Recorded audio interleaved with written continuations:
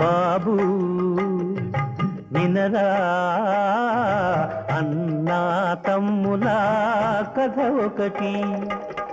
కలతలు లేని నలుగురు కలిసి సాగించారు పండంటి కాపురం. బాబు వినరా అన్నా తమ్ముల కథ ఒకటి.